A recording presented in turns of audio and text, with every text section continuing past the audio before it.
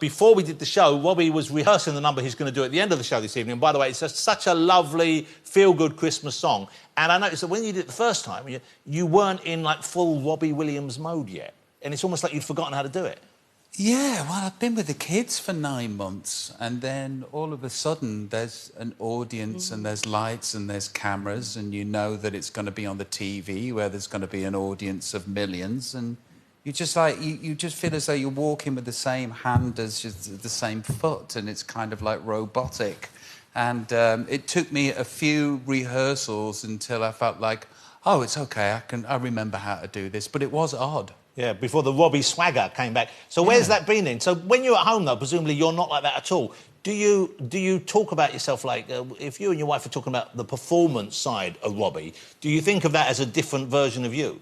Oh, yeah, absolutely. At home, I'm Rob, and then when I'm on stage, I'm Robbie. And I think people confuse me with the guy that gets on stage and goes and gives it the big un.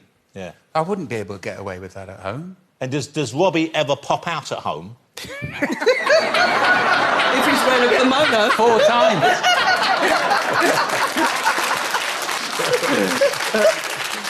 Yeah, no, not at all. Because, like, Robbie's, like, speaking about myself in third person, but that's, like, bravado and just showing off and trying to be something in front of lots of people and trying my best to entertain them with the meagre talents that I've got, you know. But then when I go home, I don't have to do that. My wife likes me.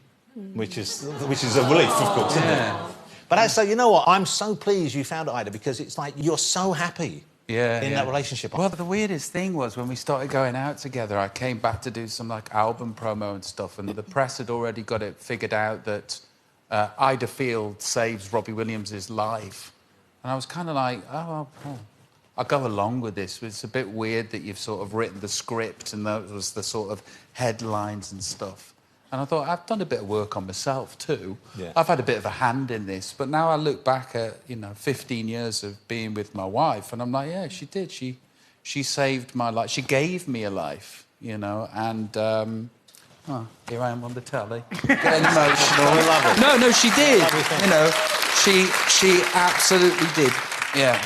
That is so sweet. You are definitely getting the pussy tonight. Robbie will be making an appearance.